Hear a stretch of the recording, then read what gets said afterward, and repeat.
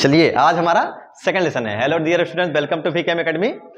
आज हम डिस्कस करने वाले हैं अपना सेकंड लेसन, इलेक्ट्रोस्टैटिक्स का सेकंड लेसन।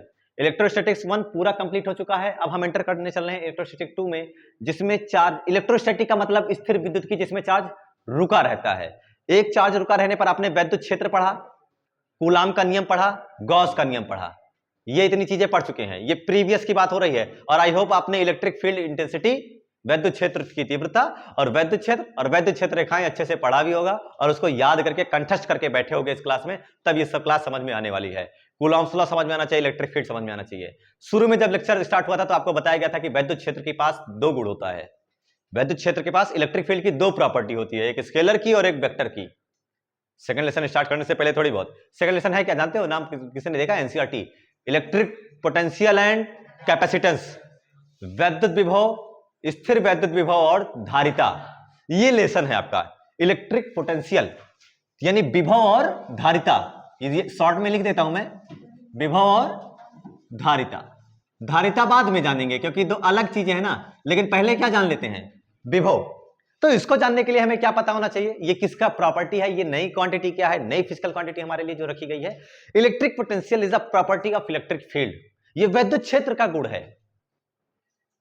पोटेंशियल शब्द सुना है कभी? कहते नहीं है कि भाई उस बंदे में ज्यादा पोटेंशियल है, उसके पास में बैठा था तो उससे, उसकी बातों से लग रहा था कि उसमें पोटेंशियल ज्यादा है। पोटेंशियल ज्यादा मतलब आप किस फील्ड में बात करते हो सकता है वो नॉलेज में ज्यादा हो आपसे, है कि नहीं है? किसी चीज में बैठे भाई, वहां बैठे तो मुझे ऐसा महसूस हुआ कि उसका पोटेंशियल ज्यादा है या उनका पोटेंशियल कम है। और कहते भी हैं कि उन लोगों की संगत में बैठो उठो जिनका पोटेंशियल आपसे ज्यादा है। हो सकता है वो आपके अंदर कुछ ना कुछ नॉलेज का फ्लो करा ही दें, कुछ ना कुछ आप जान ही जाओ। इसलिए अपने से उच्च गुणों वालों की श्रेणी में बैठना उठना चाहिए। निम्न गुणों वालों की श्रेणी में बैठोगे तो रेगा ही हो जाओगे। वैसे भी होना चाहते ही हो, हमारी टेंडेंसी ऐसी है, हमारी प्रवृत्ति, हमारा नेचर ऐसा है कि हम गलत चीज बहुत जल्दी पकड़ लेते हैं, बहुत जल्दी उसके फ्लो में बह जाते हैं। सही चीज के चक्कर में बहुत देर में आते हैं और वो कितना भी तुम्हें मारा जाए, घसीटा जाए, हम आ ही नहीं पाते। वही हाल कुछ इसमें भी है।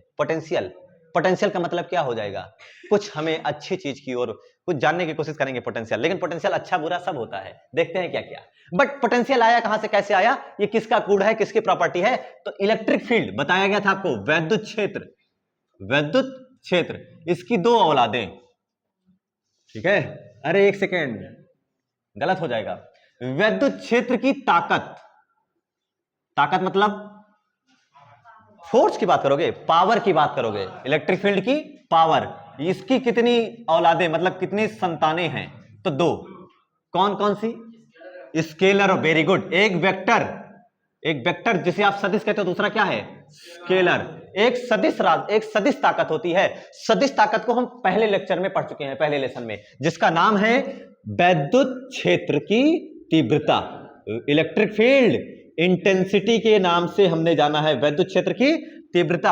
अब हम यहां पर अदिश ताकत पढ़ने चल रहे हैं, जिसको रिप्रेजेंट करने के लिए डायरेक्शन की नीड नहीं होती है। इसमें डायरेक्शन की नीड होती है, बताओ, प्लस से माइनस की ओर। ये तो अगर कोई पॉजिटिव चार्ज हो, बाकी अगर प्लस चार्ज है तो प्लस से दूर और माइनस की ओर, इसमें दिशा की जरूरत पड़ती है। राशि, अरे ऊपर लिखा ही है, सदिश, मात्रक, यूनिट। तुरंत आंसर नहीं आ रहा है, वीडियो बन रही है, तुम्हारी बेइज्जती होती है। न्यूटन पर कूलाम, न्यूटन पर सेकंड यूनिट, वोल्ट पर मीटर। डायरेक्शन प्लस से दूर, माइनस की ओर। चलते हैं स्केलर में जिस क्वांटिटी को पढ़ने चल रहे हो और जो लेसन का नाम है वही है, उसका नाम है वैद्युत विभव। उसमें वैद्युत क्षेत्र की तीव्रता होती है और यह क्या चीज है आपका? वैद्युत विभव, विभवांतर इलेक्ट्रिक पोटेंशियल के नाम से जाना जाता है। यह अदिश है, ठीक है। और इसके बारे में अगर हम बात करें तो जो क्लास 10th में हमने थोड़ा बहुत पढ़ा है, विभव का मात्रक, अरे वोल्ट पढ़ा है भाई, और एक और यूनिट पढ़ा है, जूल पर कूलाम, याद होगा जिन लोगों को। आइए चलते हैं कुछ इसके बारे में। इसको किस लेटर से डिनोट करते हैं? इलेक्ट्रिक फील्ड, ई से। इसको डिनोट करा जाता है, इसको जो जानते होंगे भाई, इसको डिनोट करते हैं हम लोग वी से। ये ई से डिनोट। ई बराबर फार्मूला होता है F/Q0। फार्मूला क्या पढ़ते हो? F/। यहां फोर्स पढ़ोगे, देखो सदिश में पढ़ोगे तो बल पढ़ाया गया, जब अदिश में जाओगे तो बल ना पढ़ा करके कार्य पढ़ाया जाएगा। कार्य अदिश होता है, वर्क स्केलर होता है। तो यहां फोर्स, और फोर्स अगर किसी चीज को ढकेलेगा तो वर्क डन होगा कि नहीं होगा? अगर मैं ये मार्कर ऐसे रखा है, मैं इसको धक्का दे रहा हूं तो डिस्प्लेसमेंट हो रहा है, तो कोई ना कोई वर्क डन होगा। तो यहां फोर्स ना पढ़ करके उसका स्केलर प्रोडक्ट हम लेकर बैठे हुए हैं, फोर्स इनटू डिस्टेंस, और जिसे आप कहते हो कार्य। बाकी क्यू नॉट यहां है, क्यू नॉट यहां है, क्या डिफरेंस है? सेम ही तो है, बताओ। बस यहां ध्यान से देखो, यहां क्या चीज हो गया, डब्ल्यू बराबर क्या होता है? डब्ल्यू बराबर sir work equal to force into displacement, बल गुणे विस्थापन, force into displacement, F into S. Sir यहां भी है, यहां भी है, गजब, सेम ही चीजें हैं, बस इसमें नया चीज क्या आ गया, एक डिस्टेंस। अब हम चार्ज को चलाने लगेंगे, लेकिन कैसे चलाएंगे उसकी शर्त अभी रखी जाएगी आपके सामने। अब बताओ, चार्ज को चलाओगे कहां चलाओगे? चार्ज को चलाने का क्या तरीका, कैसे चलाओगे? जहां कोई, अगर आपको पोटेंशियल बताना है और चार्ज को चलाना भी है, तो क्या कोई फील्ड होनी चाहिए कि नहीं होनी चाहिए? अगर पोटेंशियल बताना है, मैंने कहा नहीं कि बात करते हैं भाई उस लड़के में ज्यादा ताकत है, मतलब ज्यादा पोटेंशियल है, उसके पास ज्यादा नॉलेज है, तो आप अपना खुद को महसूस किया, एक वो जिसने महसूस किया और दूसरा किसका, जो था बगल में। याद करो इलेक्ट्रिक फील्ड इंटेंसिटी कैसे पढ़ाया गया था, क्यू नॉट लाया गया था और एक क्यू लाया गया था, है कि नहीं है? तो वो क्यू नॉट अपने ऊपर कितना फोर्स लगा वो बताया उसने, कि मेरे ऊपर फोर्स लगा ई बराबर क्यू नॉट के ऊपर जितना फोर्स लगा उसे इलेक्ट्रिक फील्ड इंटेंसिटी कहा गया, इस हिसाब से बताया गया था। तो वही चीज है भाई, इस क्यू नॉट को चलाने में जितना इसके ऊपर ताकत लगानी पड़ेगी उसे क्या कह दिया जाएगा, विभव कह दिया जाएगा। तो हमारा जो टॉपिक है, कुछ कुछ इंट्रोडक्शन क्लियर हो चुका है। जो इलेक्ट्रिक फील्ड है वो स्केलर नहीं वेक्टर है, और जो इलेक्ट्रिक पोटेंशियल है वो स्केलर है, अदिश है। ये कैसा है, अदिश है भाई, ये अदिश है। और इसके बारे में अगर थोड़ा बहुत फार्मूला में दिखा दूं तो जो कि 10th के बेसिस पर W अपान क्यू नॉट के बेसिस पर जूल पर कूलम, जूल पर कूलम, या फिर इसको ही SI यूनिट में लिखा जाता है, वोल्ट, कैपिटल V से लिख दिया जाता है। तो ये हो गया जो कि आपने पढ़ रखा है ऑलरेडी। और इसके बारे में कुछ और बात, विभव अलग चीज है, विभवांतर अलग चीज है, जानेंगे कितना अलग है कितना नहीं, ठीक है, जमीन आसमान का अंतर है या फिर कुछ कुछ। तो ये हो गया, इंट्रोडक्शन क्लियर हो गया। अगला है धारिता, इसमें अगला टॉपिक क्या है, वो नहीं पढ़ाने वाला, क्योंकि वो अभी हम पढ़ाएंगे भी नहीं, लेसन पूरा एंड भी हो जाएगा, ठीक है। तो धारिता भी नहीं पढ़ेंगे, उसके बाद करंट इलेक्ट्रिसिटी चलेगा, उसके बाद हम धारिता पर वापस लौट के आएंगे। तो अभी केवल हमें इतना पढ़ना है, जिसमें से क्या एक साइड क्लियर है, क्या ये वाली साइड क्लियर है? तो अगली साइड कौन बची, पोटेंशियल, वो वाली साइड क्लियर करना है। साइड 1 क्लियर है, साइड 2 की इलेक्ट्रोस्टैटिक 2 लेक्चर स्टार्ट होता है, और ये हो गया इलेक्ट्रिक पोटेंशियल के बारे में, जिसमें थोड़ा बहुत फील हमें होना चाहिए कि चार्ज तो टेस्ट ही रहने वाला है, और इस बार फोर्स नहीं लेंगे, फोर्स के साथ साथ डिस्प्लेसमेंट भी देखेंगे, यानी वर्क देखेंगे, वर्क डन देखेंगे। कुछ कुछ समझ में आ रहा है? क्या देखोगे भाई, आवेश को चलाने में कितना कार्य करना पड़ा, तभी तो बताओगे पोटेंशियल है कि नहीं है। महसूस करो इस चीज को, दोबारा देखो। अभी रुको, परेशान क्यों होने लगे, तुरंत तुरंत क्यों तड़पने लगे भाई, रुको तो बता रहा हूं, मेरी शर्तों के हिसाब से चलेगा आवेश, ऐसे थोड़ी चलेगा। अभी जब तक मैं पढ़ा रहा हूं पढ़ते रहो, मन तन धन लगा के मुंह पर कंट्रोल बाणी रखे, पूरा जब पूरा लेसन खत्म हो जाएगा तब तुम ये पाओगे कि तुम्हारे मन में कोई डाउट नहीं रह गया है।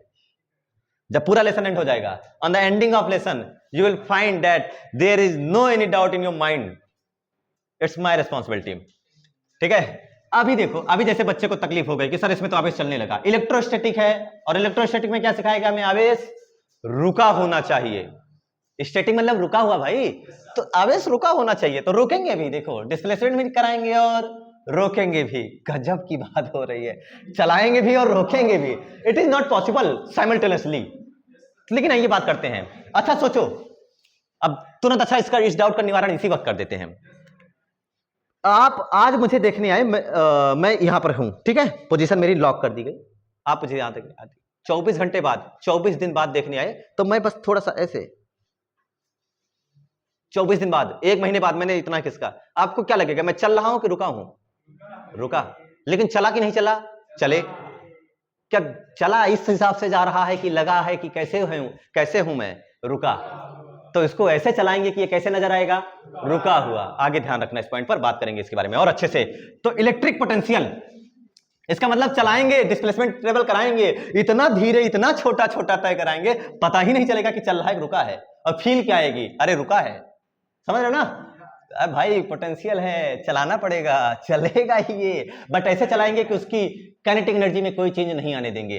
तो पोटेंशियल के बारे में पढ़ने से पहले कि ये पोटेंशियल क्या है थोड़ा बहुत जान लो सब लोग। V बराबर फार्मूला आएगा W अपान Q या Q नॉट, यूनिट होगा जूल पर कूलम, क्वांटिटी होगी स्केलर मतलब अदिश, स्टिल ये पॉजिटिव भी होगा, निगेटिव भी होगा, जीरो भी होगा, पोटेंशियल पॉजिटिव निगेटिव जीरो तीनों होगा। कब होगा, कैसे होगा, किस केस में, सब जानेंगे, ठीक है, पोटेंशियल पॉजिटिव नेगेटिव जीरो, जैसे electric flux positive negative zero तीनों हुआ था, वैसे ये भी पॉजिटिव नेगेटिव जीरो तीनों होता है। और इसके बारे में कोई खास बात नहीं, एक होता है पोटेंशियल और एक होता है पोटेंशियल डिफरेंस, ठीक है, तो उसके बारे में भी जानेंगे। लेकिन इन सबको पढ़ने से पहले याद करो इलेक्ट्रोस्टैटिक्स सबसे पहला लेक्चर किस पे था?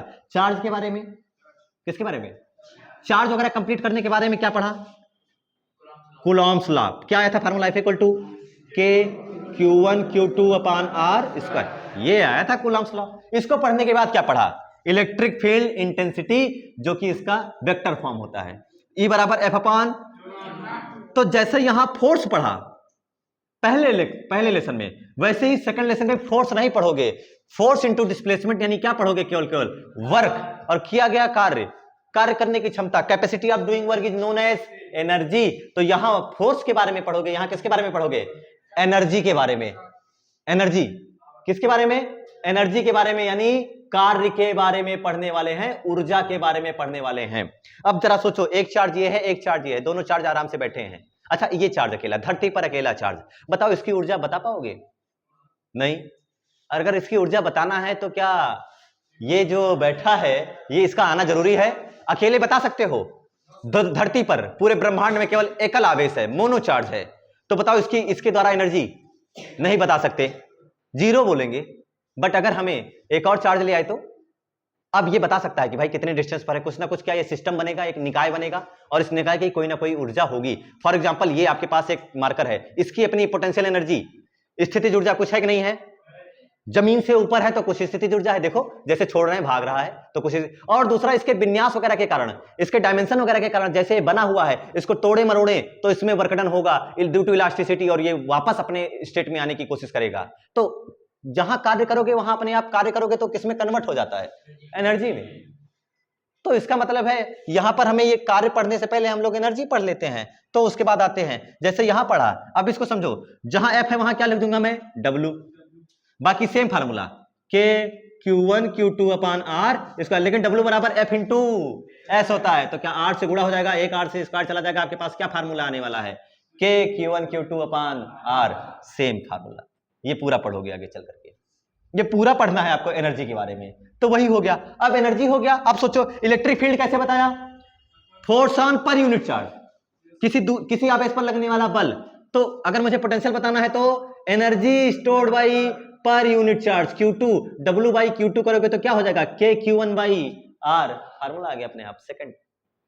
तो पूरा इलेक्ट्रोस्टैटिक 1 को पेस्ट करना है उधर ले जाकर के, पूरा उधर पेस्ट करना है ले जाकर के। इस हिसाब से आइए चलते हैं, सबसे पहली जो हेडिंग इसमें एंटर करने पर जो सबसे पहला हेडिंग सबका पड़ेगा, पोटेंशियल नहीं पढ़ेंगे, पोटेंशियल डिफरेंस नहीं पढ़ेंगे, सबसे पहले पढ़ेंगे इलेक्ट्रिक पोटेंशियल एनर्जी, वैद्युत स्थितिज ऊर्जा। हेडिंग डालिए, वैद्युत स्थितिज ऊर्जा, इलेक्ट्रिक पोटेंशियल एनर्जी, वैद्युत स्थितिज ऊर्जा, फिर बाकी सब पढ़ेंगे।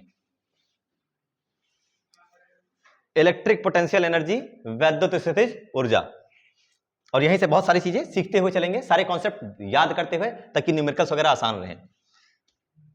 वैद्युत स्थितिज ऊर्जा, इलेक्ट्रिक पोटेंशियल एनर्जी, वैद्युत स्थितिज, थोड़ा अजम्पशन से स्ट्रांग करके बैठो, स्थितिज ऊर्जा, थोड़ा कल्पना वगैरह करते हैं। आइए शुरू करा जाए, शुरू करें। Suppose that we have a charge जिसकी वैल्यू दी गई है Q1, हमारे पास एक पॉइंट चार्ज है जिसकी वैल्यू कितनी है?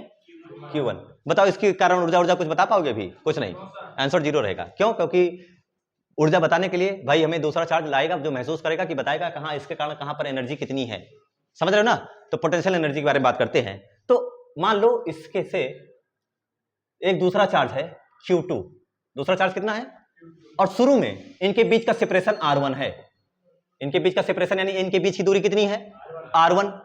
क्या अभी इन दोनों का अपना कोई ना कोई बॉन्ड होगा कि नहीं होगा? सोचो, इन दोनों के बीच में कोई ना कोई बल होगा जिसकी वजह से कुछ ना कुछ जुड़े होंगे, और अगर चार्ज रुके हुए हैं तो कोई ना कोई स्थितिज ऊर्जा, पोटेंशियल एनर्जी इसके पास है कि नहीं है? तो ये एक निकाय है और इसके पास अपनी ऊर्जा है कि नहीं है ये बता दो बस। अभी ये कुछ ना कुछ इसके कारण महसूस कर रहा होगा, ये भी इसके कारण कुछ ना कुछ महसूस कर रहा होगा। तो ये पढ़ रहे हैं पोटेंशियल एनर्जी के बारे में, तो अभी कुछ ना कुछ एनर्जी है। तो इस सिस्टम की एनर्जी U एट मान लेते हैं इस चार्ज के कारण, पर ध्यान से पढ़ते हैं, इस चार्ज के कारण यहां पर कितनी एनर्जी है, पोटेंशियल एनर्जी, वो पढ़ते हैं। तो मान लेते हैं कि ये है शुरू की एनर्जी U एट R1, मान लो कि हम इससे R1 दूरी पर कितना है, या फिर आप इसको मान लो ये प्रारंभिक ऊर्जा है U इनिशियल, चाहे U I लिख लो, U इनिशियल या फिर U एट R1 शुरू में एनर्जी। अब हमने क्या किया, इनके बीच में कोई ना कोई बांड है, अब इसको परेशान करो। परेशान करोगे तो क्या वर्क डन होगा कि नहीं होगा? अरे भाई किसी चीज को कोई शांत बैठी हुई है, शांत बैठे हैं, इसको छेड़ो, परेशान करो तो कोई कार्य करना पड़ेगा। वो जो कार्य करोगे, जो वर्क डन होगा वो किसके रूप में स्टोर हो जाएगा? एनर्जी के, in the form of energy, ऊर्जा के रूप में स्टोर हो जाएगा। इसको परेशान करो, मान लो Q2 से आप यहां लेकर के चले गए, कितने डिस्टेंस पर? R2 डिस्टेंस पर। अरे कितने डिस्टेंस पर ले गए भाई? R2 डिस्टेंस पर इस Q2 को आप यहां ले गए। अब बताओ क्या इसकी अपनी सेम एनर्जी होगी कि चेंज हो गई होगी? एनर्जी ये हो गया इससे U। अब देखो ये सेकंड एनर्जी, ये वाली एनर्जी कितनी है? UR1, और अब ये वाली एनर्जी कितनी हो जाएगी? UR2, जो कि हो सकता है U फाइनल। और यही है आपने जो कहा, क्या आपने जो वर्क डन, क्या इतनी एनर्जी पहले से ही थी? आपने कितना काम किया? क्या केवल इतना ही काम किया है? यही इतना काम हमें कैलकुलेट करना है, और यही काम हमारा ऊर्जा है, यही वर्क डन हमारी एनर्जी है। तो वर्क डन निकालने के लिए क्या करते हैं बताओ? कैसे कैसे कैलकुलेट करें? किया गया कार्य बराबर क्या होता है? बल गुणे विस्थापन, work equal to force into displacement. Displacement कितना किया? कहां से कहां किया? कुछ पता नहीं भाई। यहां से चलते हैं R1 से लेकर के हम R2 तक गए। इससे देखो R1 पे था और उसके बाद इसको कहां पहुंचा दिया? R2। तो हम R1 से लेकर के R2, मतलब इतना ही तो किया है। लेकिन इस दौरान फोर्स वेरिएबल है कि कांस्टेंट है? बदल रहा है कि नियत है? फोर्स वेरिएबल है कि कांस्टेंट है? यहां पहुंचे तो कुछ फोर्स, डिस्टेंस थी R1 से थोड़ा सा ज्यादा, जैसे ही आगे बढ़े फोर्स कुछ और अलग और डिस्टेंस और अलग। तो क्या distance F proportional 1/r square, क्या डिस्टेंस आपका R जैसे जैसे जा रहे हो R1 से R2, R बदल रहा है? R क्या हो रहा है? बदल रहा है। R बदल रहा है, R इज वेरिंग। R बदलने की वजह से फोर्स बदल रहा है। तो बताओ work done direct F into S कर पाओगे? तो याद करो, आपको बताया गया था work done by variable force, परिवर्ती बल द्वारा किया गया कार्य। अब बताओ फार्मूला किसी को याद हो? अगर परिवर्ती बल द्वारा किया गया कार्य, स्टार्टिंग के जब बेसिक्स लेक्चर चल रहे थे तो उसमें आपको पढ़ाया गया था वर्क डन। Very good. तो इस तरीके से हम कैलकुलेट कर सकते हैं। अभी देख लेते हैं, पहले सबसे पहले स्थितिज ऊर्जा के बारे में थोड़ा सा जान लो। कोई मुझे बताए पोटेंशियल एनर्जी के बारे में कब निकालते हैं पोटेंशियल एनर्जी? स्थितिज ऊर्जा किसके लिए डिफाइन है? स्थितिज ऊर्जा डिफाइन है किसके लिए? डिफाइन है केवल संरक्षी बल के लिए, कंजर्वेटिव फोर्सेस के लिए। ये आपको सबको याद होगा, 11th का पढ़ाया भी गया है। संरक्षी बल के लिए डिफाइन है, केवल संरक्षी बल के लिए, कंजर्वेटिव फोर्सेस के लिए। बोलो कंजर्वेटिव फोर्स है कौन कौन से आपके पास? कौन सा है? कक्षा 11 में, क्लास 11th में क्या पढ़ा है? इलास्टिक फोर्स पढ़ा है? अरे वो स्प्रिंग बल, उसको थोड़ी ऐसे घुमा घुमा के बाहर खींचो, छोड़ोगे तो ऐसे ही तो जाएगी, कैसे घूम घूम के वापस जाएगी। स्प्रिंग फोर्स कैसा फोर्स है? संरक्षी। Spring force is also conservative force. गुरुत्वाकर्षण बल, ग्रेविटेशनल फोर्स कंजर्वेटिव फोर्स है। और ये जो क्लास 12th में पढ़ रहे हो, कौन सा पढ़ रहे हो? इलेक्ट्रोस्टैटिक, क्या वो भी कंजर्वेटिव है? यानी आपके पास कौन कौन से? स्प्रिंग फोर्सेस, इलास्टिक फोर्स जिसे कह सकते हो, और कौन सा?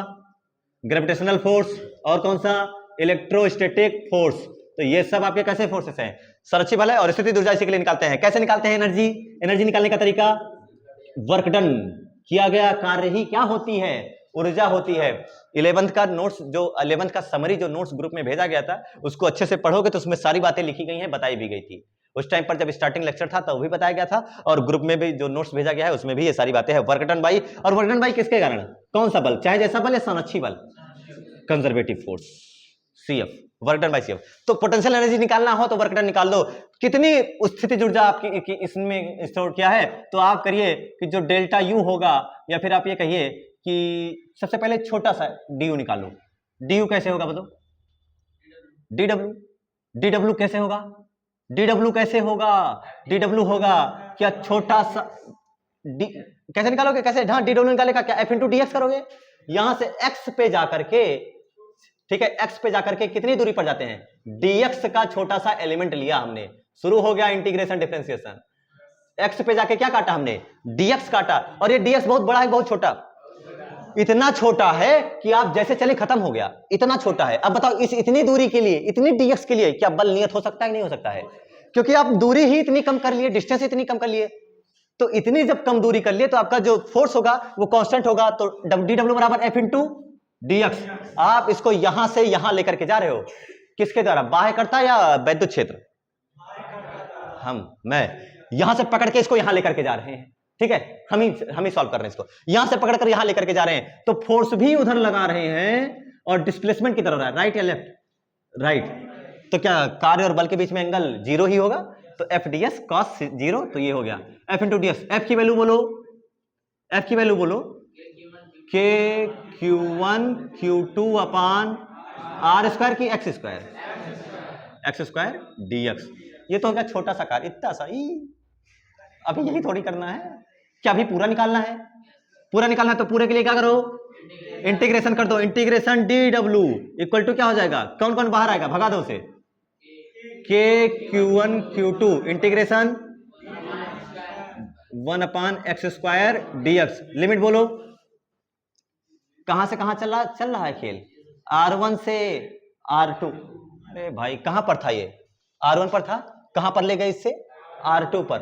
वर्क डन कितने कितने के बीच में हुआ है, R1 दूरी पर था ही, और कितनी दूरी पर ले जाकर रख दिया, यहां से R2, ओरिजिन इसी को मान के चल रहे हो, तो फिर R1 पर था, R2 पर लेकर गए, तो लिमिट लगेगी R1 से R2। चलो सॉल्व करो, ये इंटीग्रेशन डी डब्ल्यू खत्म ना, केवल क्या आ गया, डब्ल्यू, केवल डब्ल्यू आ गया तो केवल एनर्जी आ गई। डब्ल्यू बराबर बोलो क्या आएगा, K Q one Q two what is integration of 1/x², 1/x² का समाकलन करोगे कितना आएगा, -1/x। जो नहीं जानते वो सॉल्व करके देख लेंगे, ठीक है, बाद में दिखा दिया जाएगा। 1/x लिमिट क्या लगेगी, R1 से R2। अच्छा इस बार निगेटिव अंदर हो गया, अंदर निगेटिव हो जाए तो आप higher limit minus lower limit मत कीजिए, आप कीजिए lower limit minus higher limit. क्या बनेगा फार्मूला, W बराबर K Q one Q two upon R1 की R2। अभी अभी सिखाया मैंने, लोअर माइनस हायर करो, अगर अंदर माइनस है तो R1 minus K Q one Q two upon R2। Clear है सबको, ठीक है। और ये जो W है क्या यही एनर्जी के रूप में स्टोर हो जाएगा, यही जो W है यही किसके रूप में स्टोर हो जाएगा, एनर्जी के रूप में हो जाएगा। ये हो गया आपका W बराबर U की डेल्टा U, ये U नहीं है, ये क्या है, डेल्टा U है, तो डेल्टा U बराबर आपके पास आया ये फार्मूला। अच्छा लिख दें, दोबारा रिपीट करें क्या, एक काम करते हैं हम यहीं पर चेंज कर देते हैं क्योंकि दोबारा रिपीट करने का टाइम नहीं है। डेल्टा U बराबर, इसको क्या लिख सकते हो डेल्टा U को, sir U initial minus U final, पहले इनिशियल कुछ थी बाद में आपने फाइनल कुछ कर दिया, U initial minus U final equal to formula क्या है, K Q one Q two upon R1 minus K Q one Q two upon R2। ये आ गया पोटेंशियल एनर्जी। क्या ये पोटेंशियल एनर्जी है या पोटेंशियल एनर्जी का डिफरेंस है, पोटेंशियल एनर्जी का डिफरेंस है। अब अगर मुझे स्पेशली कहा जाए कि आप इसी सिस्टम की एनर्जी बताओ, इन्हीं दोनों की एनर्जी अगर बताना हो तो कैसे बता पाओगे, केवल इन्हीं दोनों की अगर बताना है तो हमें कहीं ना कहीं एक रेफरेंस पॉइंट लेना पड़ता है। और अब हम चलते हैं उस रेफरेंस पॉइंट की ओर, क्या है उसको समझो ध्यान से। नई चीज बताया गया था 10th में, फिलहाल अगर सोचो मैं R2 यहां पर रखा था, ठीक था, कोई दिक्कत नहीं, कुछ ना कुछ एनर्जी थी, जबरदस्ती खींच के R2 पर नहीं, R2 इक्वल टू अनंत पर ले जाकर छोड़ दूं, कितनी दूरी पर, इनफाइनाइट। R2 इक्वल टू, अगर R2 टेंड्स टू इंफिनिटी करोगे तो बोलो R2 इंफिनिटी करोगे तो R2 के लिए F आया है U फाइनल या U एट R2, जिसे आप U फाइनल कहोगे कितना हो जाएगा, सोच के बताओ, 1/R2, 1/इंफिनिटी कितना हो जाएगा, 0। तो क्या U फाइनल कितना हो जाएगा, 0। यानी अगर अनंत पे ले जाकर के रख दिया जाएगा तो तीव्रता शून्य, एनर्जी भी शून्य, 0 हो जाएगी। तो आपके पास क्या बचेगा, U initial, or you can say U R1, U initial or you can say U R1 equal to कितना हो जाएगा, K Q one Q two upon R1। आ गया एनर्जी फार्मूला। आप इसी को याद रख सकते हो कि U डायरेक्ट इक्वल टू क्या याद रख सकते हो, के suppose that this is distance not R1, ये R है, तो फार्मूला क्या हो जाएगा, K Q one Q two अपान R। जनरली आप ये याद रख सकते हैं, बहुत अच्छी सी बात। मोरल ऑफ द डेरिवेशन या मोरल ऑफ द कॉन्सेप्ट क्या है, अगर दो चार्ज, एक Q1 है एक Q2 है, एक दूसरे से R डिस्टेंस पर रखे हैं तो इनके बीच कितनी एनर्जी होती है, पोटेंशियल एनर्जी कितनी होती है, के Q1 Q2 by R। Unit क्या आएगा बेटा, जूल। अरे यूनिट कितनी आने वाली है, जूल आने वाली है, जूल ही तो आएगी, जूल पर कूलम के चक्कर में बता रहा, अभी पोटेंशियल नहीं पढ़ा रहा हूं मैं पोटेंशियल एनर्जी पढ़ा रहा हूं। अब बताओ दिशा राइट या लेफ्ट, डायरेक्शन बोलो, राइट की लेफ्ट, सब लोग सोचे डायरेक्शन, डायरेक्शन बोलो, अच्छा प्लस माइनस कुछ क्लियर नहीं है, दोनों प्लस कर दिया मैंने। डायरेक्शन बोलो, इसकी डायरेक्शन बोलो प्लस राइट की लेफ्ट। कुछ लोग तो बता रहे थे शुरू में राइट लेफ्ट, कुछ लोग तो बता रहे थे राइट या लेफ्ट। अरे मूर्खों, ये स्केलर है, अभी थोड़ी देर पहले हमने पढ़ा। वर्क डन है, वर्क डन मतलब स्केलर है।